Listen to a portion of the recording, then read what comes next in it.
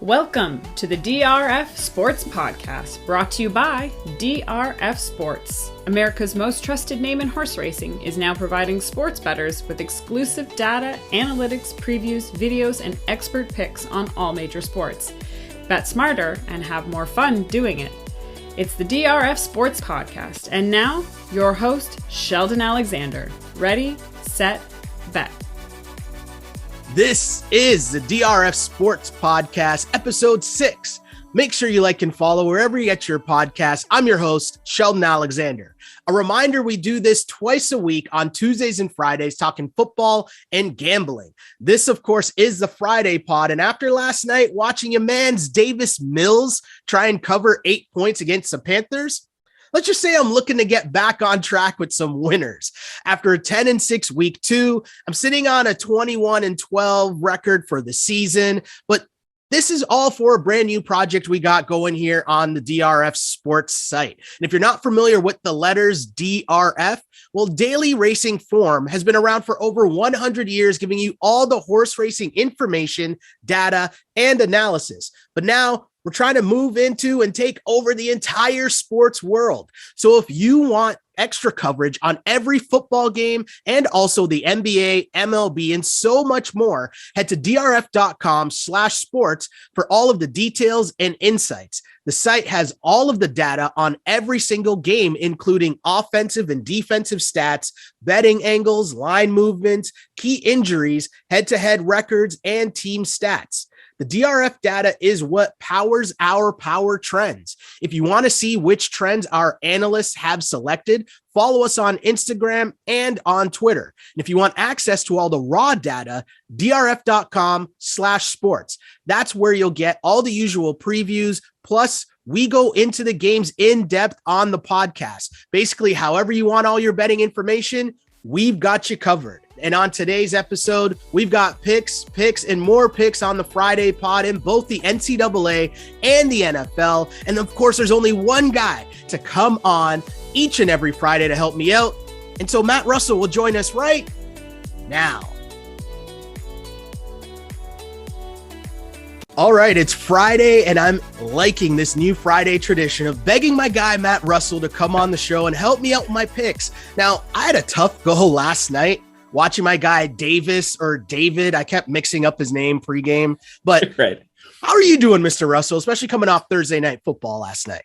I'm good, man. I'm good. I actually have a bone to pick with you, though. You, okay. You wrote a tweet, or you read a tweet of mine last time. Mm-hmm. So I'm gonna refer back to the Twitter here. Okay. You tweeted out that I talked you in to Houston +8 on Tuesday. Now we can roll back the tape here, my friend. Yeah. I believe I said that I was talking myself into Houston if it got to 10. Now, in both cases, we ended up a loser there necessarily. Yes. But what the important part here is that, and I know you're going to think I'm going to say something else, but the important part here is the difference between having to pick every game, right? Like you have wrapped yourself into this thing, you backed yourself into the corner. We've talked about this in years past about having to pick every game. And so you're sitting there going like, Houston +8, Carolina -8. Like, which one do I do? Whereas I can just sit back and go, like we talked about on Tuesday, just tease them down, just tease Carolina down. And listen, that looked a little bit dicey.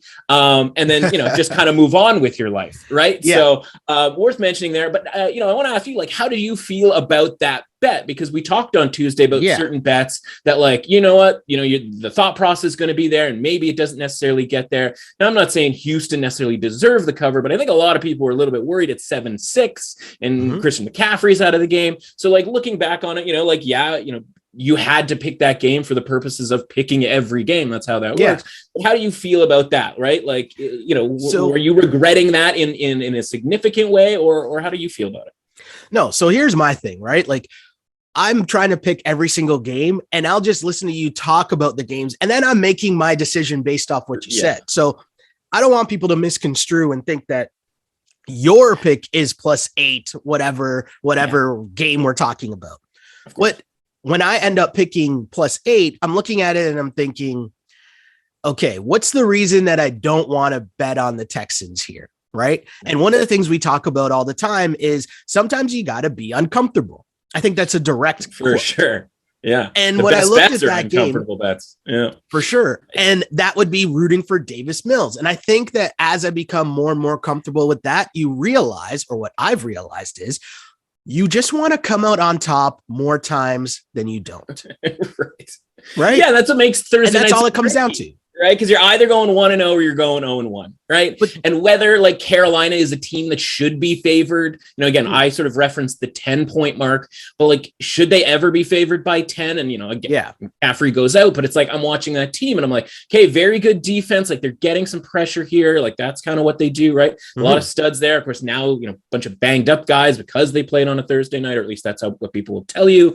And so I just go like, is this Carolina team really a team that I want to be laying a ton of points with? Because Sam Darnold fumbling the ball all over the place. Like, yeah, Carolina fell on those fumbles, but end of the half, right? Like, what if Houston falls on that? And then they kick a field goal and they're up and maybe a bunch of decisions get made a little bit differently. So, I'm not looking to back Houston, especially, everybody's, Davis Mills, we've never heard of him. He's got to be terrible. But I think the broadcast did a pretty good job of, mentioning like he was the number one high school prospect just a few years ago. So you have to feel a little bit better than that. And this is a guy who has a little bit of talent and a little bit of pedigree here. So maybe obviously experience is not necessarily there. But, again, a lot of these are just going to come down to does one team backdoor it late? Is Carolina scoring a touchdown or a field goal late? All of these sorts of things. And that's like the razor thin edge that unfortunately the next day, it doesn't really matter how thin the razor's edge is, right? It's just 1-0 or 0-1. And, it is what it is.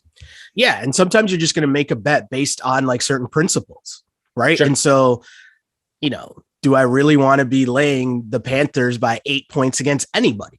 And on the road. And sometimes, you look at that stuff and sometimes you win, sometimes you lose. But I think, again, your principles, you're hoping that they come through more often than they don't. And that's where we're here. And that's all right. And we can move on from there because there's so many more picks to get to. So as we do here, as mentioned, every single Friday, I will give out the line. I'll tell you which way I'm leaning on the picks. And then Mr. Matt Russell will jump in.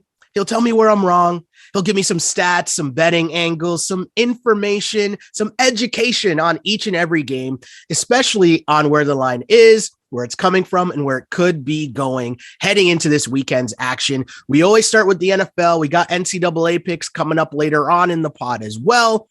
But as we start with a little 4-down football, which is some of our best betting angles. And on first down, I want to talk about the Bucs being 1.5 point favorites in LA. This line seems weird to me, and I'm guessing it's because there's a bunch of line movement, but either way, I like the Rams in this game and a well-coached team. I think their defense will be fired up. I think the Bucs have gotten off to a really good start to the season so far, and the train is just moving in a good direction, but there's got to be a slip coming at some point. And I feel like this could be it. Right? Talk to me here. It's the type of thing as I wrestle with my cat here. There's the type of thing that, I go, okay, is Tampa Bay going to go undefeated this season? I'm like, doesn't really feel all that likely, right? I mean, that's just not something that teams do anymore. And so, obviously, if I don't think they're going to go 17-0, it's like, okay, where are the spots where they're going to lose? Now, you could go and you can try to pick the spot like they're going to lose to the Falcons or, the Panthers or whatever. It's like, yeah, that doesn't seem all that likely, right? The ones that they're going to lose, 1, 2, 3 games or whatever that they're going to lose are probably going to be the ones where they're only 1.5 point favorites, right? Like just from an odds standpoint, this feels like one that they would lose. And we have the blueprint, if you will, from last season, right? We watched the Rams go into Tampa and Jared Goff threw for 300 plus yards, crazy 25 catches and 275 yards for the Robert Woods Cooper Kupp combination, right? Like that's outrageous. That's basically saying, here's what we're going to do. There's nothing you can do to stop it. Or at least here's what we can do, try to stop it. And Tampa Bay's like, can't do it. Right.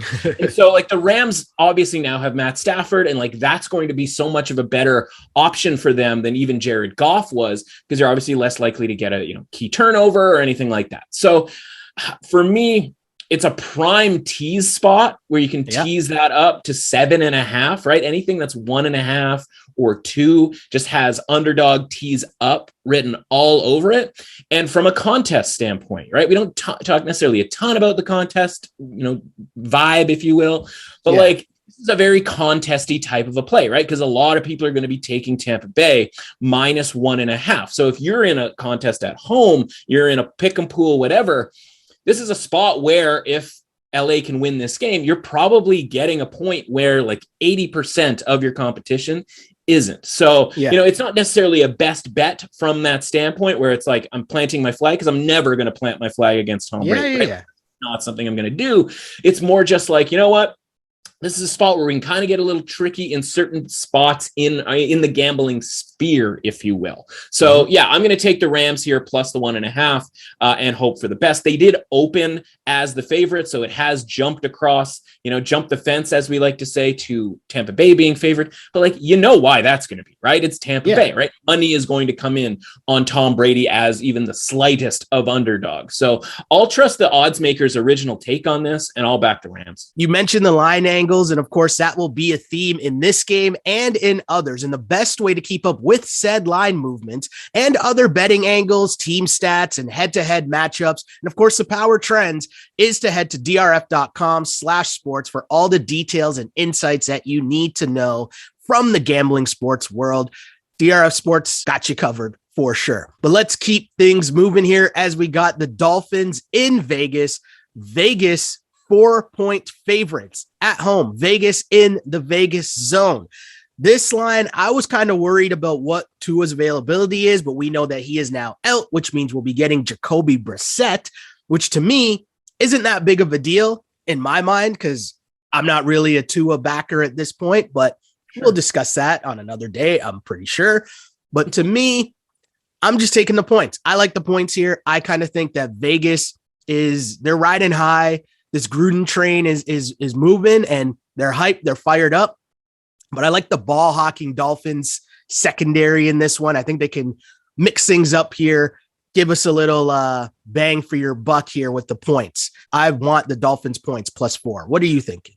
Yeah, this is my favorite game of the week, right? And it's sort of this kind of fundamental process that I go through from a handicapping standpoint, right? Like, what is my number? What is the number? Why is the number different, right? And in this case, my number is like Vegas -1. And there's a pretty decent reason for that because that's what the number was last week, right? So Vegas is, 1-point favorite in the look ahead line. What happens? Well, Tua, like I said, goes out and they lose 35-0. But if you get into the box score, it's much better, sort of crazy as that sounds, it's much better than 35-0 looks, right? And then, of course, Vegas, they get the win at Pittsburgh, and Derek Carr throws for a bunch of yards, but a lot of those yards came after TJ Watt left the game for Pittsburgh. And so I can't prove to you that Pittsburgh was going to win that game if TJ Watt stays in the game, but I can tell you, it's not a coincidence, right, that Derek Carr was able to score touchdowns after TJ Watt was out of the game, where it was like field goals at best when he was in the game. But fundamentally, I look at this and I go, okay, ask yourself this, and you've sort of already answered it for your own self. But for the listener, if you were ever betting the Dolphins over the last 2 years, were you betting on the Dolphins because of their sweet quarterback play? Right? No, you were going, well, it's Tua, like he's still pretty green here. Or you're like, it's Ryan Fitzpatrick. But the infrastructure of the Dolphins, right? You're betting on Brian Flores. You're betting on the defense. You were betting on the offense to just get enough done, right? To play that like 19-17 type of game, right? Tons of field goals, that sort of thing. And so if Tua then goes out, how much of a change are we really looking to make here when it comes to the rating of this team? Because over 12 games started for Tua this, in his career, he's got 12 touchdown passes and 6 interceptions, right? So it's a very clean math, right? There's 1 touchdown per game and about a half an interception per game. Quick question for you. Jacoby Brissett. How many career starts do you think Jacoby Brissett has? I'd say like 6. He's got 32 career starts. What? Right? Yeah, What? I know. I couldn't believe it. I couldn't believe it myself. Now there was a couple with the Patriots where he was, had to come in and he was doing a lot of running, and it didn't really sort of count, if you will. But there's 30 other starts in there for the Indianapolis Colts, and so like totally forgot about that. Right, and everybody did, and so you go, okay, he started 30 games, right, which means something. Now was he like lighting it up? No, not necessarily, but he had 31 touchdowns and about 15 interceptions. Really clean math again, right? Like 1 touchdown per game and 1 interception per game. Now you can get a little bit deeper, you get into yards per attempt and you get into quarterback rating and all of that sort of thing. And guess what? It's pretty much the exact same as Tua over the course of his 12-game career, right? So you're basically just making a lateral move from a quarterback position. Now I understand why Tua plays ahead of Jacoby Brissett, right? The potential and the future and all of that sort of stuff. But when we're talking about one game here, did we really have that much of a downgrade? Should we be downgrading Miami?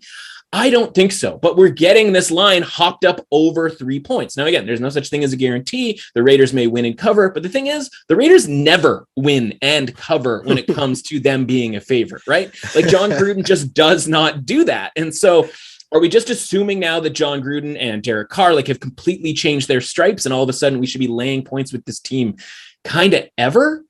No, not for me. And listen, Tua got booted from the game, right? Like he got pulled from this matchup last year at the end of last year, and Miami still won the game, right? Derek Carr threw for 300 plus yards last year against Miami, and Miami still won the game, right? So it's not like, oh, I have to be worried about Derek Carr throwing for 350 yards because, Dolphins will have no chance. And there's, it's not a situation where, okay, like Tua's out. So, now they're in trouble here. Think about the playbook, right? Tua's left-handed.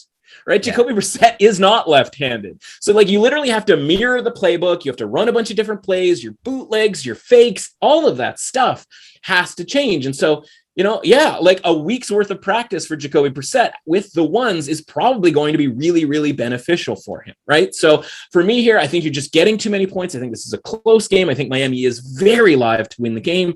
And again, it's 2 games here. Let's not lose our heads with the Raiders here, who again, 55 minutes into that Baltimore game, you would want nothing to do with the Raiders going forward, right? But they pull that game out of the fire. They get, a lot of injuries on the Steelers piling up last week. And all of a sudden, now the Raiders are 4 points better than a Dolphins team who, again, I don't think it's much of a difference here from the quarterback. Give me the Dolphins here. It's probably my favorite bet of the week. I love it. I'm right there with you on it. We agree on something. I like when I feel confident about something, and then you back up my confidence. Let's hope this trend continues. Yeah, what could possibly go wrong, right?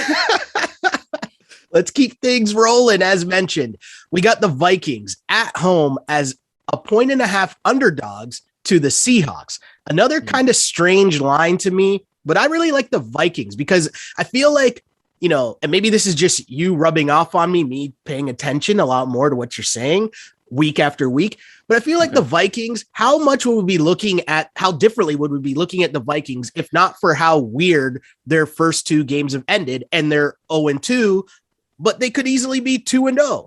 And that alone would affect the line and the perception of how we're looking at this game. And so the Vikings at home, I'm ready to take the Vikings as home dogs here. What are you thinking? Yeah, we got a full-on cookie crumbles situation here with the Vikings. And, I look like a fool, right? I look like a total jackass because I'm talking about Mike Zimmer, potential coach of the year at 33-1, like he's way down the list. And yeah, like Dalvin Cook fumbles. I'm doing quotation fingers for those of you not watching on YouTube. I've got the quotation fingers out because that wasn't a fumble against Cincinnati, right? And then of course the kicker misses last week. Now maybe Dalvin Cook, they don't call that a fumble. Maybe the kicker botches the kick anyway because we saw him do it a week later. And that's just what Vikings kickers do, I suppose. But again, you are literally it's not like, if they had just done a couple of things differently here or there. It's literally everybody outside of the team, except for the kicker, right? The kicker and the referee are the 2 things that kind of messed up the Vikings from, like you said, going 2-0. And so if they were 2-0, we wouldn't have Mike Zimmer falling to the very last spot in the coach of the year odds right now, which doesn't make me feel great about my preseason talk about Coach Zimmer. But he would be higher up, right? They'd be like, he's 2-0. They're leading the division. Now they return home. And that I think is the key for me here, right? Home field advantage. It's not something, there's all kinds of debate in the betting space about is there home field advantage? And then, like, the answer is, like most things in betting, maybe, or sometimes, like we talk about that concept all the time, right? And the sometimes in this for me is that Minnesota is one of those teams that have a home field advantage, right? So I have them built in at 3, maybe even a little higher than that from a point standpoint on their home field advantage. So this game feels a little bit, obviously, from a point spread standpoint, like Tampa Bay and the Rams, in that, like, I'm just going to take the home team here, getting, 1.5. I think there's probably a little overreaction to their 0-2 record. But fundamentally here, this is a team that I thought was, you had to downgrade them at home because they are used to coming out to that Minnesota crowd in that dome and just being like, oh man, like this place is hype. And last year they didn't have that. And so, like, I actually thought that was a downgrade for them. Now you're looking at, oh, this is our first game at home. Like, this is, we're the skull chant going, like this thing is going to be lit, right? And so Seattle comes off that overtime game from last week. And listen, both those games are happening at the same time. They were both absolute kicks in the pants for each of those teams. And listen, betting against Russell Wilson, never a great time here. But I just always had this spot circled on the calendar. I've got Minnesota as a couple of point favorites in this game. I'm watching the injury report though, right? Because they were banged up a ton last week, and that threw a lot of people off of them, including myself. I took them off of my contest list, which obviously was a mistake, but they had so many people out. But what was impressive last week is, despite the fact that they had those people out, they still, up until the kicker missed the kick, like, we're going to win that game. And so if they can get some of these guys back, Darisaw on the offensive line, handful of guys on the defense, if they can get those guys back, right, that's sort of a hidden element here for the Vikings, who I think are sort of, because they've had to be, they're a little bit deeper, I think, than we thought they were going to be at the start of this season. And when it comes to depth, Seattle doesn't have that. They got exhausted by the end of that game trying to tackle Derrick Henry last week, right? Like, they just could not do it because, again, depth is an issue because you're spending a ton of money on high-end talent. The one last thing, Dalvin Cook missed practice all this week. He's a running back. He doesn't need to practice. Like, why any running back would ever practice? Like, take the ball and run it into the hole, man. Like, you'd already know how this works, right? So you don't have to connect with your quarterback like a receiver might have to, or your offensive line, or know this, know that. It's like, run that direction. He knows the playbook. He knows what hole he's supposed to run into. He just needs to be healthy. And if that means just, sitting in a cryogenic chamber for a week, just do it. I'm not that worried about Dalvin Cook. And they certainly have some capable backups. Last year, this game was an incredibly close game in Seattle. Minnesota had it won at halftime in a lot of people's minds, and Seattle made a huge comeback. I don't think Seattle makes that huge comeback if that happened to be the case this year, now that this is back in Minnesota. So, I mean, this is just, again, this is Minnesota or nothing for me. I like the Vikings here. Plus 1.5. Wait a little bit, right? Seattle money pours in. Maybe we get this up to 3, maybe like a 3 minus 120, anything close to that. I'm all over that. But either way, I think Minnesota wins this game outright. Love it. Love it, my dude. We got the Saints at the Patriots. Patriots are 3-point favorites at home. Jameis did not look good at all last week. And what is the worst possible thing that you could have the following week? That would be Bill Belichick drawing up some defenses for you to try to mask and disguise coverages, and especially the Patriots defense, how they looked last week. And yes, Jameis is better than the Jets, but still, would they have 4 picks last week? So you're talking about a secondary that is hyped, that is fired up.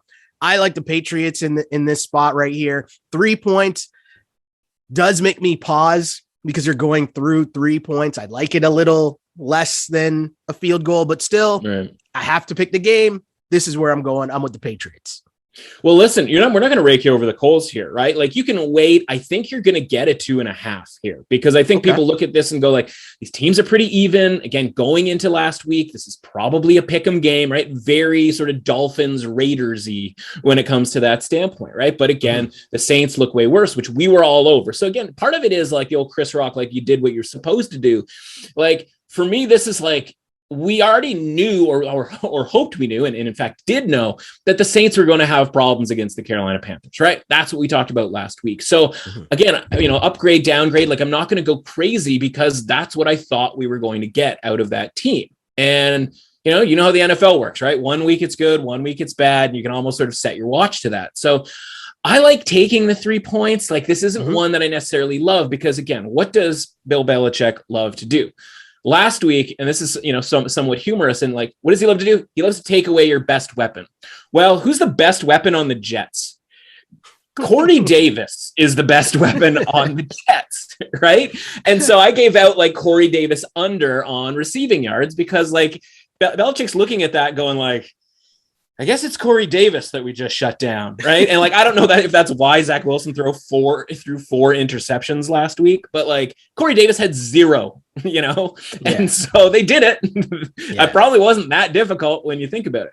So my issue here is, who's the one guy on the Saints? Well, it's Alvin Kamara, right? And so if you're taking Kamara out of this game and you're forcing somebody else on the Saints to beat you, you look around and like, there's not a ton of dudes, right? It's kind of Jetsy in that way, right? Like if you just took the roster and you're like, oh, you just switched them and you're like, okay, I don't know who the Jets are and who the Saints are, right? Like Alvin Kamara is the difference maker here. And that's where Belichick is going to focus. So I think this is just a really low scoring game because I think the Saints defense is still pretty decent. The Patriots offense is pretty vanilla, right? Like it did not take much to beat the Jets. So I'm not going to go crazy. So again, it kind of feels like that Dolphins game from week 1, where it's like, this thing's going to come down to probably who kicks the last field goal. When you have a low total, right? Like every point becomes more valuable. When teams are more apt to kick field goals, every point becomes more valuable, right? We can get yourself in, to an 18-16, 19-18 type of a game awfully quickly. Yeah. So again, if the points are that valuable, I think that's why people are taking that +3, which is why you're sort of seeing the line come down a little bit here, right? Right now, it's like +3, -120 in a lot of spots, which indicates, we could be headed to a 2.5. So you might get your 2.5. Okay. For me, I've already bet the 3. I hopped on that early on in the week, kind of seeing that if there was one way this line was going to go, it's not particularly a best bet for me, but again, it's a bet that I've already made. The Saints +3 here. Again, every point is valuable in a game that I think is going to be pretty low scoring. Very interesting. I like that. I like the take on it being a low scoring game, and that makes the 3 points just that much more valuable when there might not be a lot of scoring in this game, which I kind of see. I like that. I like where your head's at there. I want to see some more picks though. Let's speed things up a little with the little 2-minute drill. We'll speed through some picks here. We've got the Chargers at the Chiefs, and the Chiefs are at home, 6.5 point favorites. I think you're going to be able to get 7 here. And again, because people just they're just into it, man. Like they're just blindly betting the Chiefs every week. So if you can get 7, it's a key number. Key numbers I'm willing to pay for, right? -120, sort of the ceiling there. Again, the problem is if everybody is sort of on the concept now that the Chiefs never cover, and they actually follow through with that action by betting against the Chiefs, like that's the thing that's going to stop it from getting from, 2-7. So listen, the Chargers have to do things that they haven't done all year. They have to convert inside the red zone. They have to not get screwed by 2 of the worst calls so far this season, one in each of their games, right? They are currently ranked number 1 and number 2 in worst calls of the year going against them, right? Like they have to have everything go well. But what they do well, we talk about this all the time, right? Is they defend Patrick Mahomes pretty well. We talked about that overtime game. It's the only time in 5 games against the Chargers that he has gotten over 300 yards, right? He's only gone over 300 yards one time. It took overtime and, somewhat of a miracle to do it against the Chargers last year. There's a lot of like 200-ish yards. There's some sub 200-yard performances from Patrick Mahomes. And so when you look at Patrick Mahomes, you're like, oh man, 350 all day long every week. And the truth is, if you look at the game log, you're like, oh, there's a couple outliers here where he doesn't go nuts. And they just happen to be against the Chargers. Now, again, different coaching. And we got Joey Bosa. Guess what? Joey Bosa's hurt, everybody. Like, hey. I know, stop the presses. Joey Bosa is banged up. Now, is he going to play? Is he not going to play? Obviously, that is a key element to whether you want anything to do with the Chargers under the concept of, slowing Patrick Mahomes here. So for me, this is Chargers or nothing, just based on the premise. It's just worth mentioning, that it often the tax comes around a key number, and we're not necessarily going to get that. I think we might with +7. I think there's going to be places where you can get +7 at, maybe having to pay a couple extra dollars for it. And that's the way that I would go with this. Grab the +7 with the Chargers when you can get it. Yeah. Like, as I said, right, it's just so weird. And I've just been burned by taking the Chiefs so many times over. I'm one of the people that are part of that stat of them not covering against the spread over and over and over again. And so, as you mentioned, the Chargers played them tough last year, Chiefs tax included. I'm taking the 6.5 points with the Chargers. Let's move on though. Bengals at Steelers. Steelers -3 here. My biggest question is the health of the Steelers D. You mentioned earlier, TJ Watt. That sways me a little bit here. I'm not really sure what to even make of the Bengals so far this season. And Ben, hey, as you just said, stop the presses. If you heard this before, Big Ben's banged up. What? That never happens. What are you thinking here? Because I'm really confused about this game.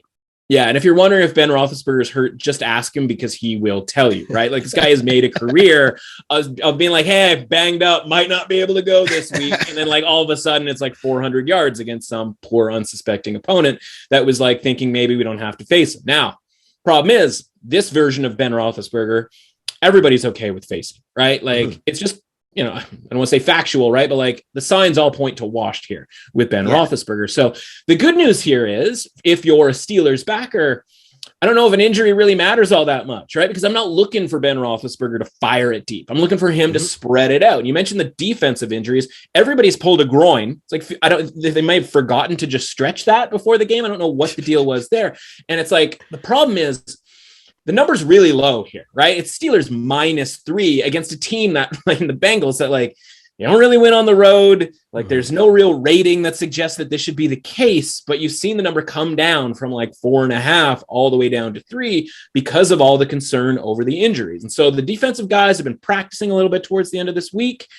But again, all it takes is one bad thing to go awry here for a groin to go, right? Like groins don't just kind of heal overnight. So I don't really want to be backing the Steelers and seeing TJ Watt in sweats on the sideline. Or, the 3 other guys that had groin injuries. The Roethlisberger thing I'm not that worried about because he's going to be throwing to guys from the outside. Deontay Johnson left the game last week. He looks like he's potentially not going to go. By the way, Steelers haven't figured out the whole like run game situation. So, I liked the Steelers once it got to -3, but like, I'm going to need like a pretty clean bill of health here for a lot of these guys to back them. Yeah. I jumped on the Bengals earlier on in this week at +3.5 when I saw that Roethlisberger might not be able to go. This might be a situation where I just play back on the Steelers and create a little middle here where if they win by a field goal, I still end up profitable.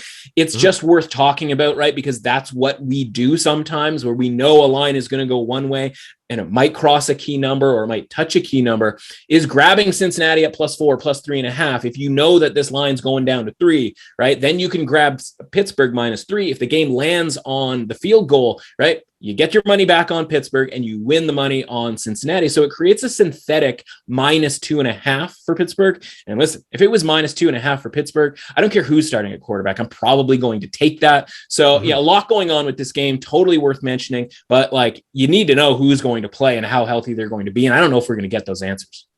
I can't lie to you here. I love when we get the deep dive into creating the synthetic lines and all that, but I love that, right? Because it's just like, oh, okay, this is where we're at. And I'm sitting here taking it in. I'm like, okay, no, I got that. I'm with you.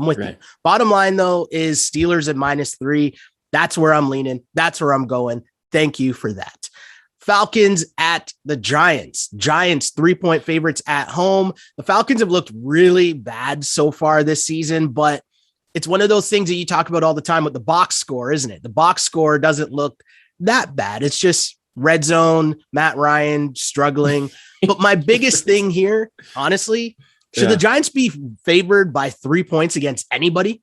No, that's my question. I think the market's like, no, this doesn't make any sense, right? Because you're seeing the Falcon money come in. I've already grabbed the Falcons +3, and it's nauseating because like I cannot stand the Falcons. Like you and I know this, right? Like we talked about the Eagles. Eagles were our best play in week 1, or at least one of our best plays in week 1, money line, all of that sort of thing. And yeah, like we deserve better from backing the Falcons, and that's why you can't be emotional about this, right? Because if you're emotional about it, right, you're tearing your hair out. If we had any, about the fact that Matt Ryan's throwing these interceptions, right? And so if we were emotional about it, we'd be like, Falcons, never again, like can't do it. But you have to talk, framework, right? 3-point underdogs to the Giants. Like, yeah, maybe the Giants pull this up, but like they don't win home games, right? Daniel Jones, for whatever reason, right? He wins only games on the road, or they're at least impressive-ish on the road, or against the Washington football team, right? And so you can get sort of drunk on the idea that on Thursday night, we all watch, we're like, the Giants might be functional. They don't make the best decisions and they miss a throw or two or whatever, but at least they're competitive. And you can sort of look at that and go this might be a team that's got some gumption. But we do that all the time with the Giants. And then they go home and they end up a 3-point underdog or a 3-point favorite and they just don't get it done. Right. And so I'm not going to get, again, drunk, if you will, on the idea that the Giants have turned the corner because they should have probably beaten Washington last week. That's just always a good matchup for them. For me, what I saw last week against the Tampa Bay Buccaneers for the Falcons is they were able to get to Tom Brady. Now, you look at the box score and you go, what? He certainly had enough touchdowns that would make you think that that wasn't the case. But the reason that they should have covered that game and that they were analytically about a 5-point loss and not a 20-point loss is because they were able to sack Tom Brady. So I think they're going to be able to do the same thing against a Giants team whose offensive line is in disarray. We saw, or didn't see, if you will, the horrific injury to Shane Lemieux last week, right? So these guys have already been moved around from the first game. Again, fundamentally, though, 3 points you're getting with a team that, again, I don't want to say the Falcons are functioning because that box score in the first game was absolutely atrocious and there was nothing lying about that. But, they're turning things. I don't want to say they're turning things around. That doesn't make a ton of sense because I don't think they're fully turning things around. But they are better than this, right? They are better than how many people were really watching that game because you had 3 other really good games in that 4:00 window last week. So they are better than this. They are better than the New York Giants, or at least equal to the New York Giants. And you can't tell me that there's any home field advantage when it comes to the New York Giants. So yes, this is take the 3 points and move on. It's going to be gross. And I might get emotional if the Giants, cover this game, and then it might be Falcons never again type of thing, but it's circumstances, right? The Falcons were 3.5 to 3-point favorites against the Eagles, and now they're 3-point underdogs to the Giants. And I just don't know that there's a 6.5 or, even if you add some home field advantage, 5.5 point difference between the Eagles and the Giants, right? That's how you have to look at these things when it comes to comparisons. You have to look at their rating, right? Not what necessarily happened in the game. So from a rating standpoint, the Giants are just not that.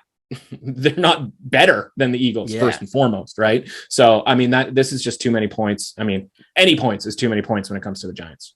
Yeah, and one of my basic Joe Schmo super simplistic principles is 2 crappy teams. I'm totally fine taking the points. Right? For sure.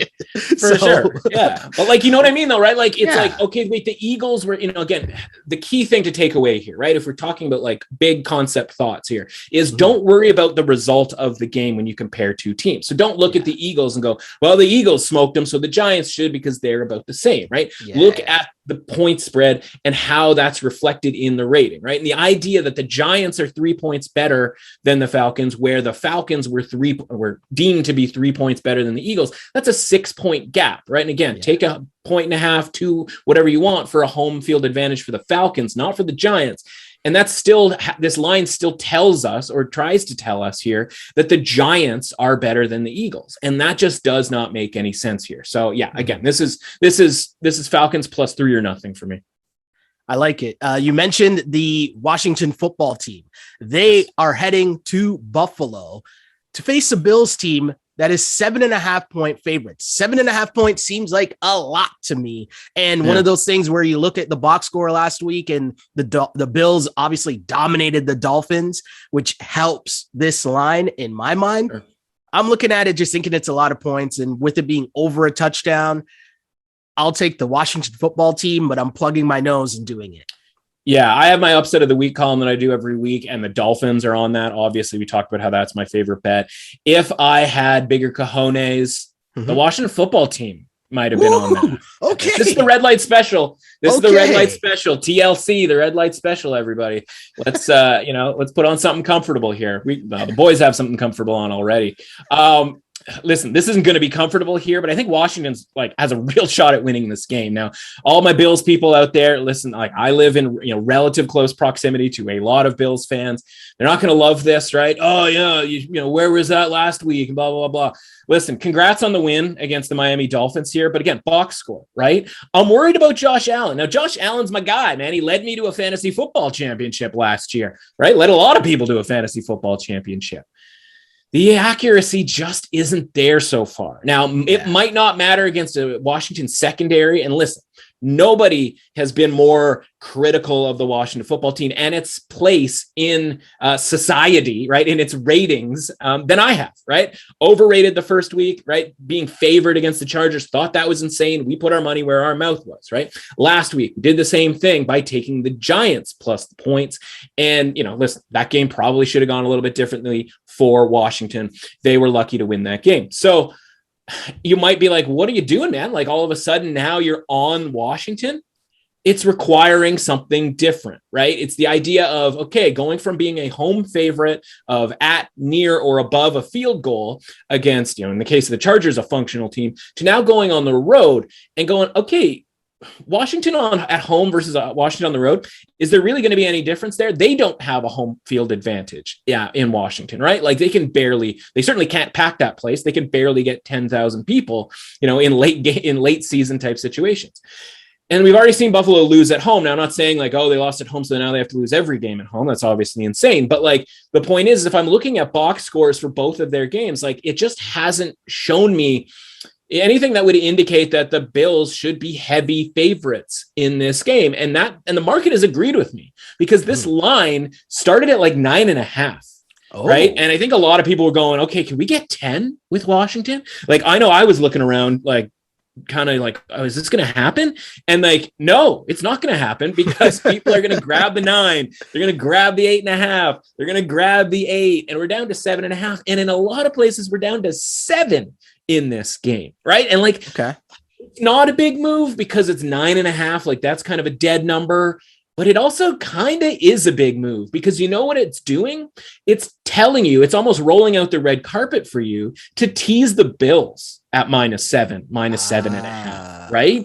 And if the books, who normally and probably set this line at 9.5 in the first place because they didn't want you to tease this down, I don't know what's going on here, but now they're going, yeah, we're fine with you teasing it. Like if you think the Bills are going to win this game and you want to bet that as part of a tease, and you're willing to pay -270, right, which is a 6-point teaser leg, they're fine with you doing that. I'm not saying it's not going to come through, but I'm saying that they are inviting you to pay that -270 for that teaser leg, which is not something that they do if they think that there's quote unquote no chance of the road team coming up with a victory here. So you get Washington, they've got a little extra time to prepare, right? Like the injury report is pretty clean for Washington with obviously the exception of Fitzpatrick, but I think Heineke proved a lot of stuff to me on Thursday, right? I was a little skeptical, obviously, and listen, we were right? Like, we don't want to lay 3.5 points with Heineke. And like, yeah, that like worked out, but it wasn't necessarily Heineke's fault. It was this defense that's a little bit suspect. So like, is it possible that Josh Allen has this breakout game because Washington's defense is suspect? Yes. But I think the market's telling us where we're supposed to go with this game. And I think Washington is now all of a sudden maybe underrated. And that's all it takes in the NFL to go from overrated to underrated. So give me Washington plus the points here. And I think they're very live to win the game.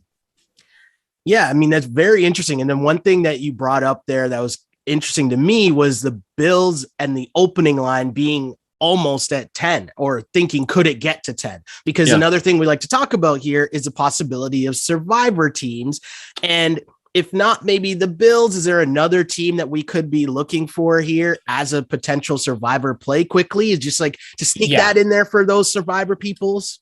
Yeah, and if nothing else, that's sort of my recommendation to avoid the Bills in Survivor, right? Like, again, it doesn't have to be correct. It's more just like, don't just assume that they are a walkover. This might bite me, but I'm going to assume that the Denver Broncos are a walkover against the Jets, right? Like there's nothing that says the Jets should win this game. This is, there's a couple other spots where you can use the Broncos. So it's sort of interesting to see how many people necessarily take the Broncos from a percentage standpoint. But for me, this is just take the Broncos now. It's never going to be as good, for the Broncos as it is right now. And it's probably never going to be as bad as it is right now for the Jets. If the Jets win in Denver, I'll tip my cap and move on with my life. I got you. I'm with you. Speaking of moving on, though, we got the Ravens as 8-point favorites in Detroit. And I still like Detroit as like a frisky team with the possibility of being able to backdoor cover late. And I know it didn't work out for them against the Packers, but we're coming off the Ravens at like their high point right now. They're hyped. They're feeling good. That could be like their high point of the season when you consider all the injuries they just had. So I think the 8 points is too much. I like the Lions as home dogs here with the 8.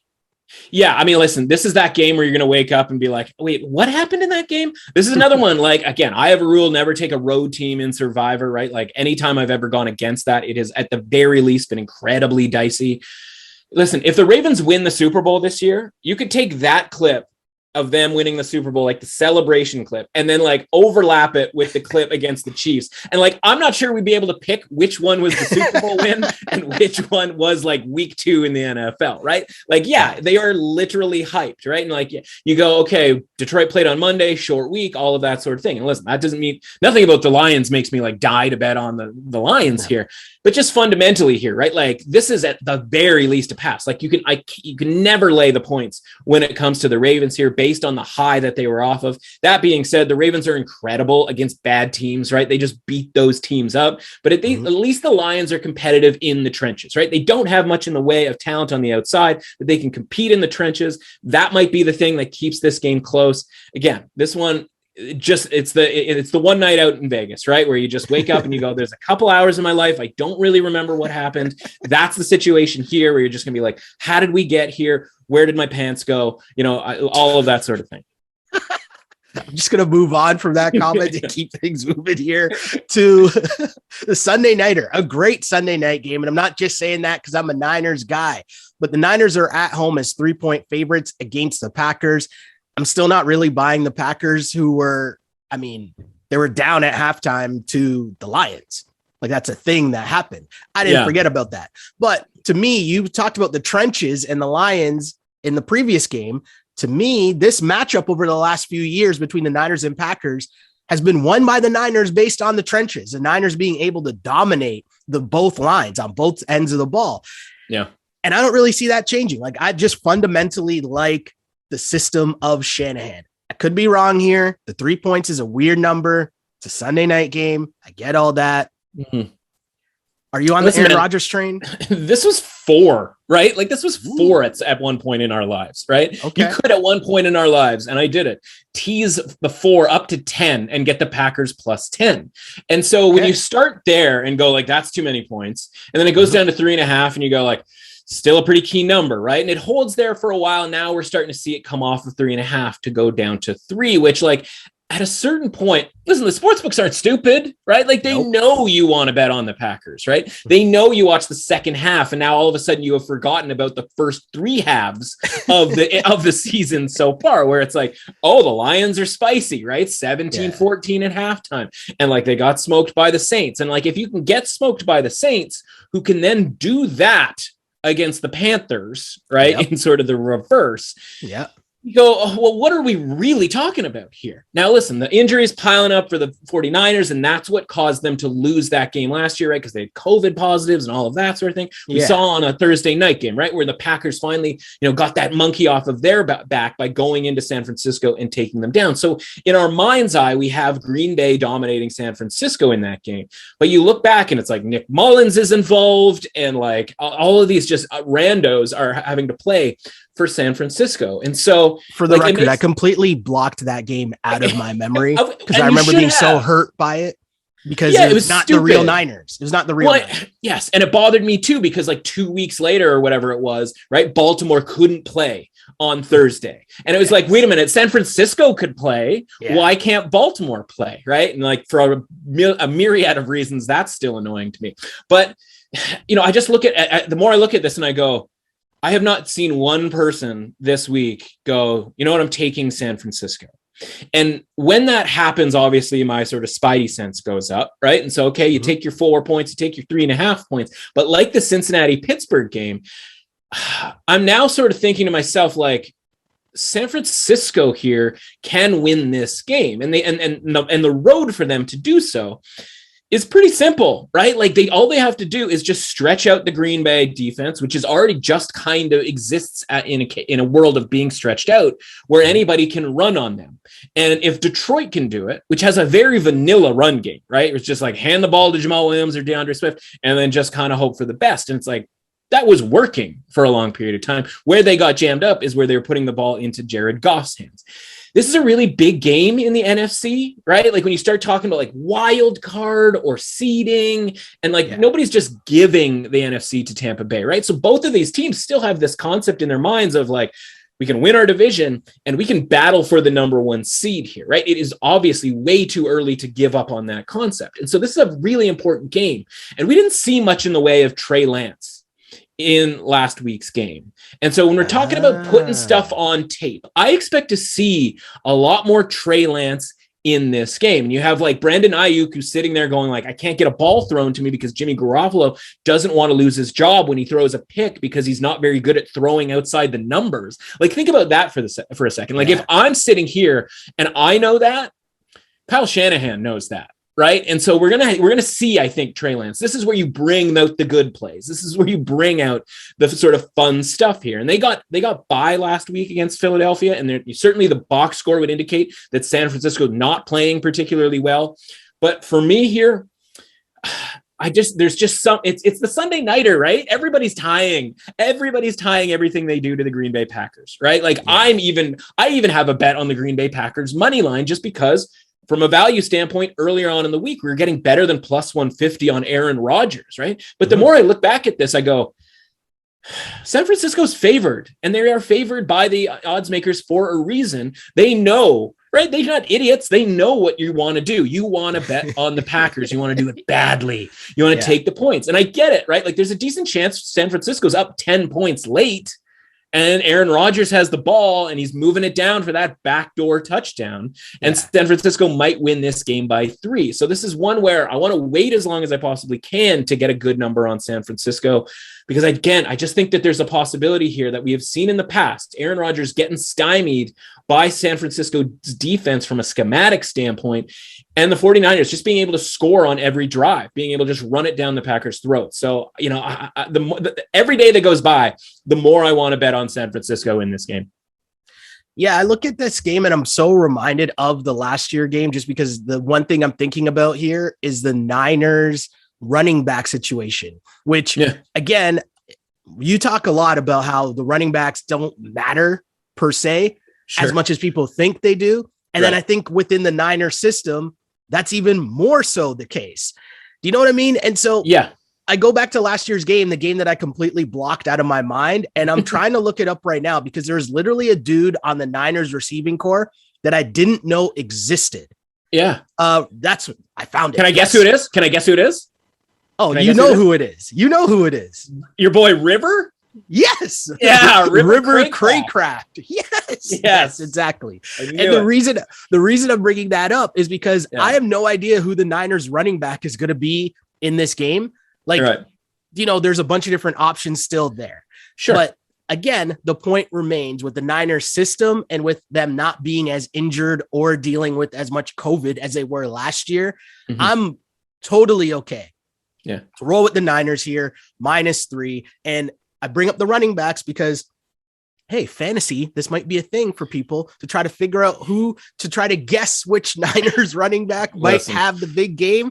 And I'm not telling people which one to do. I'm just trying to give them a place where they can go to figure out, to keep up with the latest numbers and information and the coverage on the football game, especially because there's big potential here. If you guess right with the Niners running back, that you could win your week. That's all I'm trying to say. So stick to drf.com/sports. Again, all the details and insights. The site has all the data on every game, but focusing in on this game for key injuries, line movements, betting angles, offensive and defensive stats, head-to-head records, all that fun stuff.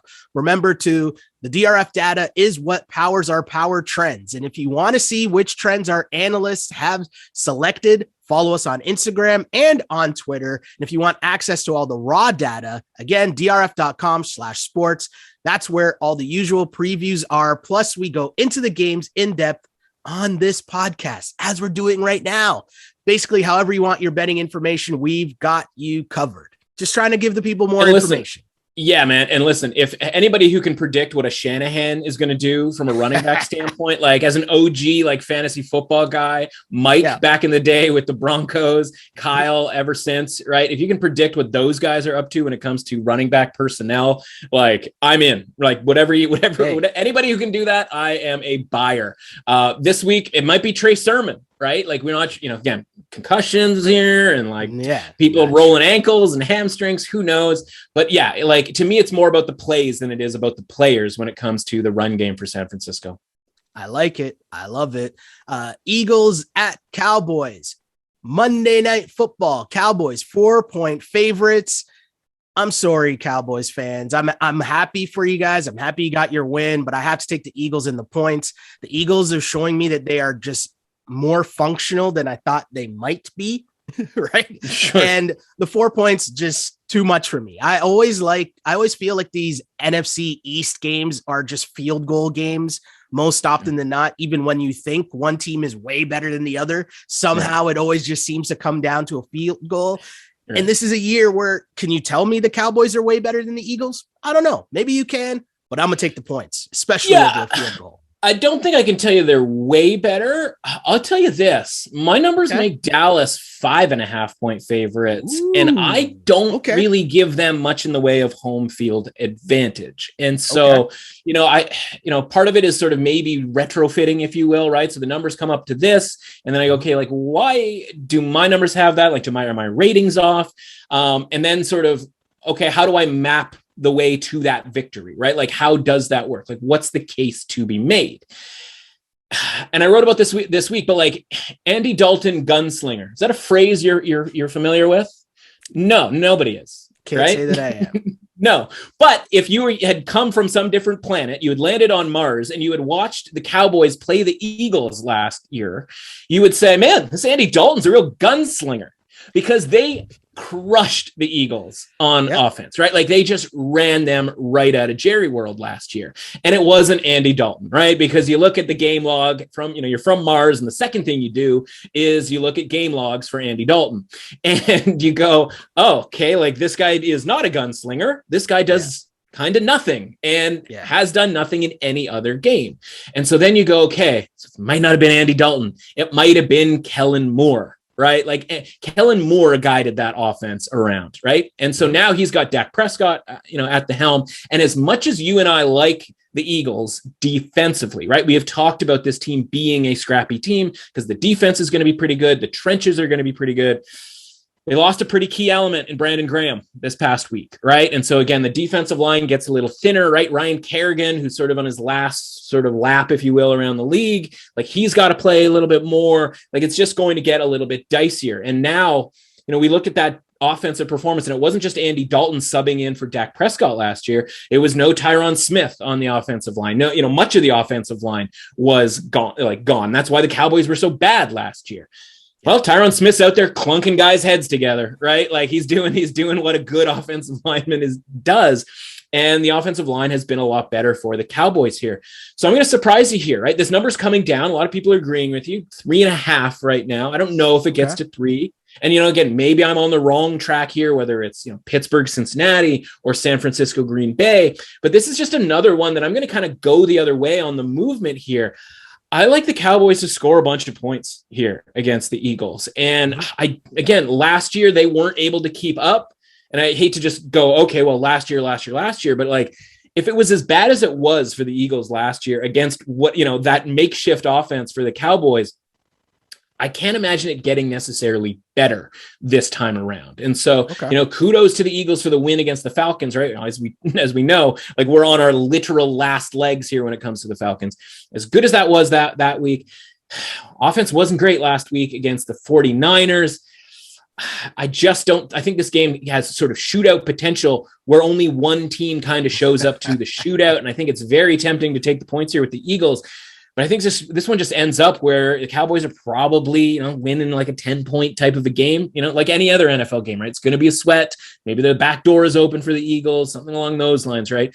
But again, first home game for the Cowboys as well, right? You have to factor that in. Again, not much in the home field advantage, but it's just it's the difference, right? It's the difference from playing on the road to playing at home. So I'm going to be on the Cowboys laying the points on Monday. It's not a spot I'm normally at in both of those sort of categories, but that's where I'm at. Yeah.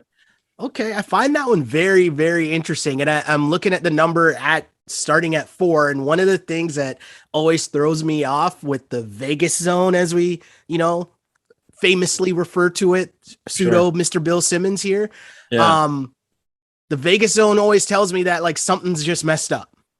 Right? Like the where that number is just like, wait a second, something's just off. And I don't know which way it's going here, but something's just messed up. And so I'm going to take some time. I'm going to think about it more. Okay. I like where your head's at here. Yeah. So we're going to take some time here, but you have me leaning on the Cowboys here because you're convincing me with the Cowboys offense. And that is a thing that I have believed in so far this season.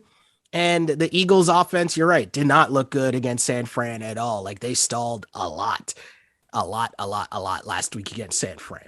So super interesting stuff there in the NFL. Let's switch gears to the NCAA because I feel like there's a lot of NCAA action as always, but some big time matchups. And as we start our campus rush look, let's start with a crazy finish from Thursday night's game. What was going on there? Yeah, like it's not like people in the crowd. I mean, the crowd actually was pretty into it when it came to that. So we had, if you listen to the show on Tuesday, we had Marshall plus the 7. It was the dead right side every single which way, right? They probably should have won the game. They had 11-point lead. I believe it was 11-point lead, at least a double-digit lead in the fourth quarter. Probably should have won the game outright. And listen, a lot of times, whether it's the NFL or the NCAA, sometimes it just comes down to like your kicker made a 50-yarder and my kicker couldn't make a 30-yarder, right? Like that's how kind of depressing sometimes.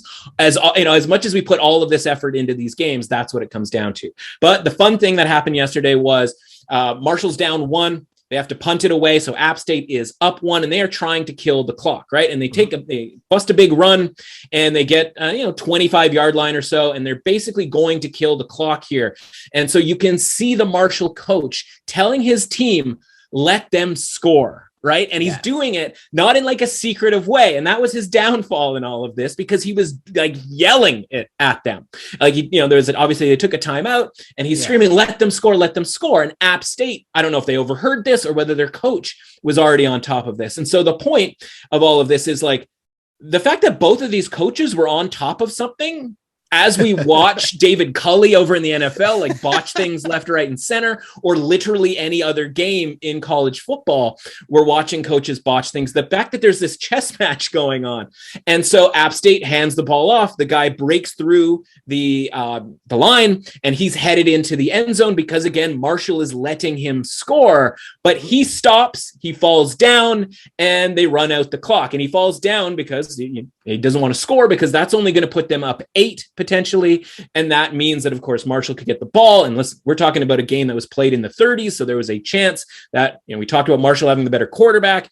They do. And there was a very real possibility they could go down and tie that game. So he falls down, he cuts up and he throws out the Dikembe Mutombo, like finger wag, as in like, you're not going to trick me into scoring a touchdown, crazy like a fox. And so, and meanwhile, like the crowd is like, what's going on? He like, why did he fall? And he didn't score, but it's so they could secure the win. And so, I mean, the overall point here is like stunned by the fact that we actually saw good coaching in football, but also like, this is why you take the points, right? And people are going to claim bad beat because App State didn't run in for the touchdown, but Marshall was the right side the whole way. And, like, we have to sort of do better as far as defining what a bad beat is and what isn't in the sort of, in the social realm in all of this. That was not a bad beat. Marshall was the right side the whole way. And for once, the coaching actually reflected that. Yeah, and that's one of those things where watching the game and understanding what took place in the game is different than just seeing the final score. So I totally understand where you're going here. I want to see where you're going with some of the big boy matchups that we got this weekend. Let's go. We got Notre Dame at Wisconsin. Wisconsin 6.5-point favorites at home. Which way are you going here? Yeah, listen. So it's actually Soldier Field, which is actually a neutral site, which confused me. I didn't even realize this until like a day ago. So you're off the hook on that one. Every once in a while, they just throw neutral field games into the middle of the season, and who could possibly be ready for that? So it's actually at Soldier Field. This line start at 5.5 is up to 6.5, and I think the reason for that is that there's some concern right now about Notre Dame. And what does Notre Dame do, right? They recruit big guys on the offense and defensive line, and they beat you in the trenches. And where things get hairy later on in the season is they meet teams like Alabama who have those same players in the trenches, but also have way better skill players on the outside. And so this is sort of trench on trench warfare here when it comes to Wisconsin. Very similar teams. The problem with Notre Dame is that the trench guys, the offensive line, because guys go to the NFL and all of that sort of thing, they haven't been dominating, right? They didn't dominate Purdue necessarily, even though they covered last week. Toledo, Florida State, who we have, since realized Florida State is awful, right? Again. And so now you look back and you go like, well, if they're not dominating those guys, right? They're not getting pushed around, but they're also not dominating. They might get pushed around against Wisconsin. And that's why Wisconsin is a full 6.5 point favorite now. Mm-hmm. And so I like Wisconsin in this game. It's not, a best bet necessarily, but I think the line is sort of telling you all you need to know here, that this Notre Dame team isn't creating the lanes for Kyron Williams in the run game that they did in years past. He's cracking a few here and there, but it's not a consistent push, right? And what I'm looking for is a consistent push from a team like Notre Dame or any football team when I watch a game for, 5 minutes, right? I want to know if you're pushing people off the ball. I don't think they're going to be able to do that against Wisconsin. A little surprised that this line is actually as high as it is, just because the last we saw of Wisconsin, their quarterback Graham Mertz was just like throwing the ball on the ground or throwing the ball directly to Penn State Nittany Lions. So I thought we would actually get a little bit more value here with Wisconsin, but that actually kind of makes me feel better about Wisconsin, that even the odds makers are like, no, I think they're probably much better than Notre Dame. And I tend to agree. And so I'm going to lay the points here with Wisconsin. Ooh, okay. Interesting. Clemson, 10-point favorites at NC State. Yeah. I know Clemson has been kind of a weird look, not looking as great as many people would have anticipated this season, but 10-point favorites, that's a lot of points. Are you liking the points here? Oh, give me all the points. You know what? Don't even give me the points. Don't do it. Because I'm taking NC State on the money line here. Oh, okay. Yeah, we're coming to a head here, I think, with Clemson here. And maybe it isn't this week, right? And maybe they win comfortably and we talk about what happened, all of that sort of thing. The offense is just not very good right now, right? DJ, maybe he's going to be good, right? He obviously certainly has the capabilities of that. And maybe it's just the guys around him that aren't of the same quality of, the guys that were around Trevor Lawrence, right? I look at the outside and it's like, who are the playmakers, right? Because Trevor Lawrence had playmakers, right? Deshaun Watson had playmakers. Clemson's always had playmakers going back to the DeAndre Hopkinses of the world, right? And I look and I go okay, Travis Etienne not walking through that door, all of these wide receivers that they've had in the past not walking through that door. So maybe it's as simple as that. The defense is still certainly there. That being said, barely beating Georgia Tech, I know that game was super weird. There was a 2-hour, lightning delay in the middle of it and all of that sort of thing here. But Dabo had to get in there and he had to actually start coaching, which is not really something Dabo's looking to do, right? He's looking to roll the ball out there, right? He's like some of our favorite college basketball coaches. And So I look at this and I go a little bit like the Tampa and LA game in a way where I'm like, I think Clemson's going to lose a game here at some point, right? And they've already lost one to Georgia, but I mean in the ACC. And they don't play North Carolina. And I really have liked this North Carolina State team from the start of the season. Kind of a wonky game when they went down to Mississippi State, that sort of thrown people off the scent, if you will. And it's not like you can make this game a pick'em. It's not like you can make this game under a touchdown for Clemson because the world will come in on Clemson. That's just how it works here. But I think the fact that this game is 10 points is kind of indicative that NC State has a chance, and the odds makers believe that they have a chance.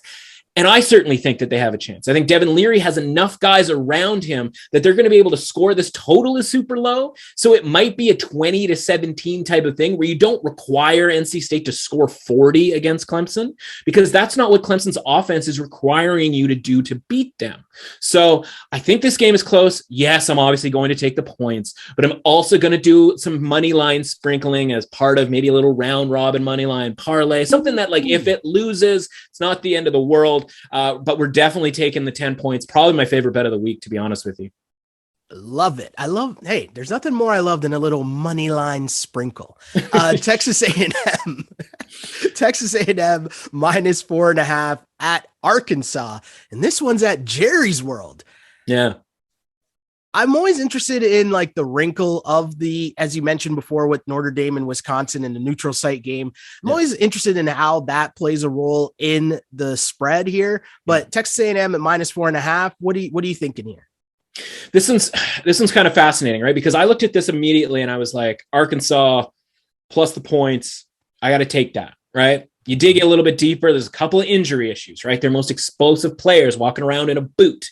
Their center is potentially out for this game. And you go, okay, this is a bit different. And you look at how Arkansas pushed around Texas, and we were on that a couple of weeks ago. They pushed around Texas. They won that game outright. We were all over it.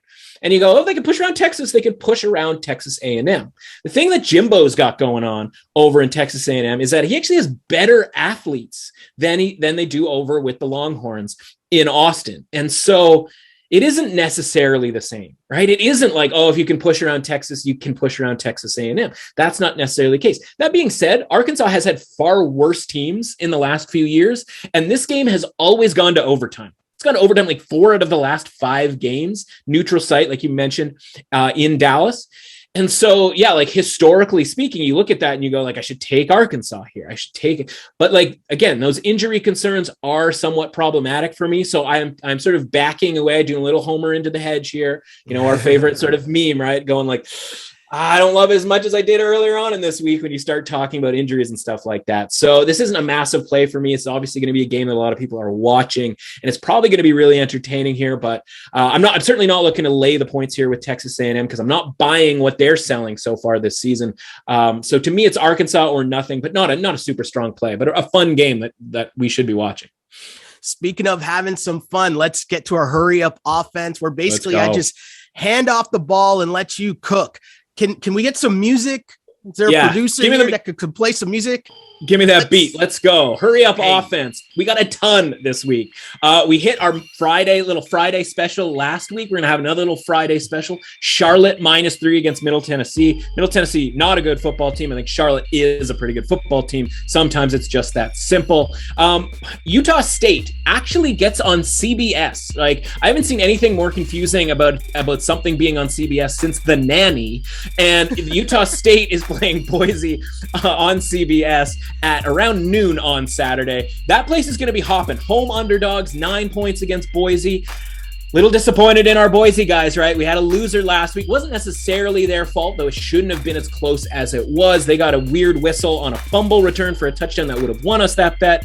Not that I'm still bitter. That has nothing to do with this, right? Utah State, they've got the Arkansas State coach from last year who's brought some really good players over to Utah State. We've won a bet earlier on this year, backing Utah State. Probably should have been backing them last week. That's my bad. Not going to screw this up again. We're on Utah State here at home, national television. They're going to be fired up, ready to go here. And I think they can move the ball against a Boise defense that I'm not that thrilled about. Remember, we talked about them against UCF in the first week of the season. Mississippi State, cowbells galore. If you're going to wake up at noon in Mississippi, you're going to do so to cowbells, all right, against LSU. They're 2.5-point home underdogs.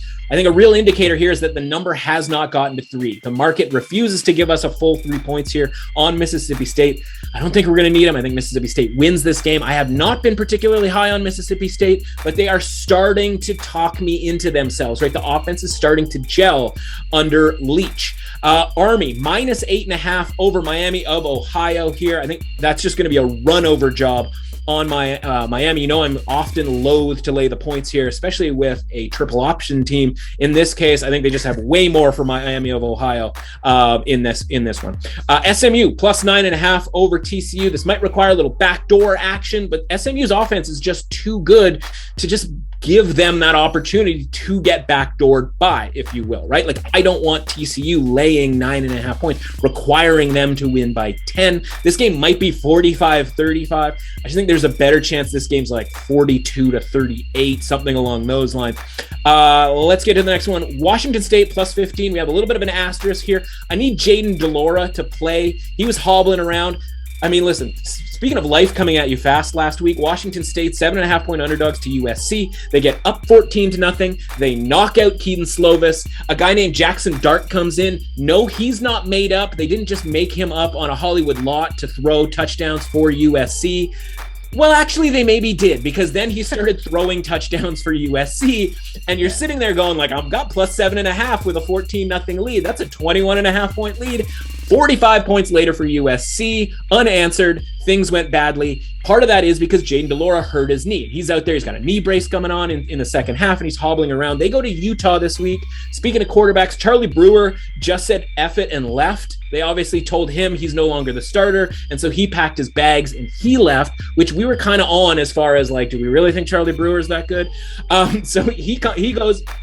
He's out of town. So now they're going to have a new quarterback this week. So do you really want to be laying 14.5, 15 with Utah in that spot? No, not necessarily. But again, we need a healthy Jayden de Laura to back Washington State. Colorado State plus 23.5 against Iowa. Can you get to 24? That'll be key. It was certainly key last week when we were on Kent State against Iowa. That number, it landed exactly on 23. Kirk Ferentz, one of the most conservative coaches, by reputation, he's throwing deep to cover the spread last week. So that guy knows what's going on. So the Iowa vibes, right? Betting on, betting legal in Iowa. Even Kirk Ferentz knows what's up. That being said, over 3 touchdowns is a ton against a Colorado State team. New head coach, started to figure it out, had an excellent game against Toledo last week. I think they keep this relatively respectable, and maybe Kirk Ferentz doesn't act like a jerk at the end.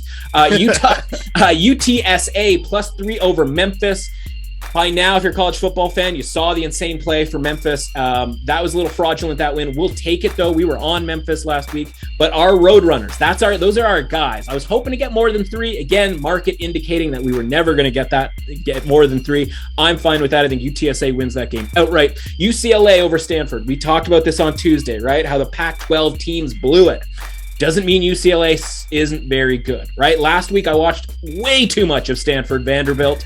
Vanderbilt could have covered that game if they had just kept running the football, because speaking of lines of scrimmage, right, they were blowing Stanford off the line of scrimmage. Guess who's going to do that this week? UCLA and their run game. So as much as you might be like, oh my God, they lost to Fresno State, they don't necessarily have great success in the recent meetings against Stanford here. Those two teams were going in opposite directions, right? Stanford was much better in those, and Chip Kelly hadn't got things going. He didn't get his players in. In this case, I think UCLA runs amok over Stanford. Let's go a little bit quicker here, Matt. Tighten it up. Oklahoma State -6 over Kansas State, right? We were on Kansas State. That a number overreaction last week. I think now people are getting a little too excited about Kansas State as they now have to go on the road against a very good Oklahoma State team. Give me them at anything under 7 points. Tennessee plus 18.5 over Florida. A little hangover, right? Florida came so close against Alabama. Now you're going to require them to beat Tennessee by 3 touchdowns. This number's come off of 20 down to about 18.5. Still good by me. Tennessee plus 18.5. Here's a fun one. Akron plus 48.5 against Ohio State. Ohio State cares so little about this game, they are giving CJ Stroud the week off. They're like, you know what, man? It's not worth you pulling a hamstring at some point. Let's just roll with the B squad out here. Now, not everybody's getting, getting to sit down here, but we're talking about 48.5 points. It's hilarious that announcement moved the line from 49.5 to 48.5. Probably not enough. I actually just laughed at the key coming up on the bottom of the screen that actually read plus 48.5. Yeah. Like, that made me laugh. Sorry, I didn't mean to interrupt. Yeah. No, I'm handing the ball back off. I'm sorry. That's fine. There's a very real possibility Ohio State scores 7 touchdowns and wins this game 49-0. But I'd like to think Akron maybe gets a field goal or a touchdown in there somewhere. UNC -12.5 over Georgia Tech. Another neutral site game, if I'm not mistaken. UNC, I think they've got it going, right? We walked into a bit of a hornet's nest last week. Shout out to our guy Chad Millman over at the Action Network. UNC -12.5. I think they just beat the brakes off of Georgia Tech. Georgia Tech is not very good, which is what made that result last week for Clemson so disappointing. West Virginia +17 at Oklahoma. Fundamentally, I just don't like what I'm seeing out of Oklahoma here. And so maybe this is a 3-touchdown lead in the fourth quarter type of thing. I think West Virginia could get in the back door, but this might end up being close because guess what? Every other Oklahoma game this year has been closer than we thought it was going to be. Again, maybe that means we're not getting as many points as we should, but I'll take West Virginia +17. Last 3, Florida Atlantic +4 over Air Force. I like the talent on Florida Atlantic, and they've already seen the triple option having beat up on Georgia Southern a couple of weeks ago. It's not going to be as easy as only giving up 6 points to Georgia Southern because Air Force is just flat out better than Georgia Southern by quite a bit. But again, we're getting 4 points here. I think Florida Atlantic potentially live to win that game.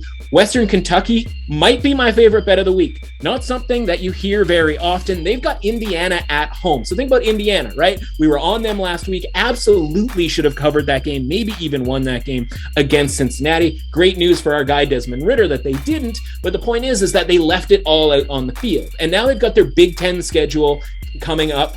And in the middle of this, they have to go to Bowling Green, Kentucky. What? Why would they want to do that, right? And like, this is not a game that they're going to be up for. Western Kentucky is going to have packed house. And by the way, they have one of the better quarterbacks in the country, a guy named Zappy, which is going to be really fun on Sunday afternoon.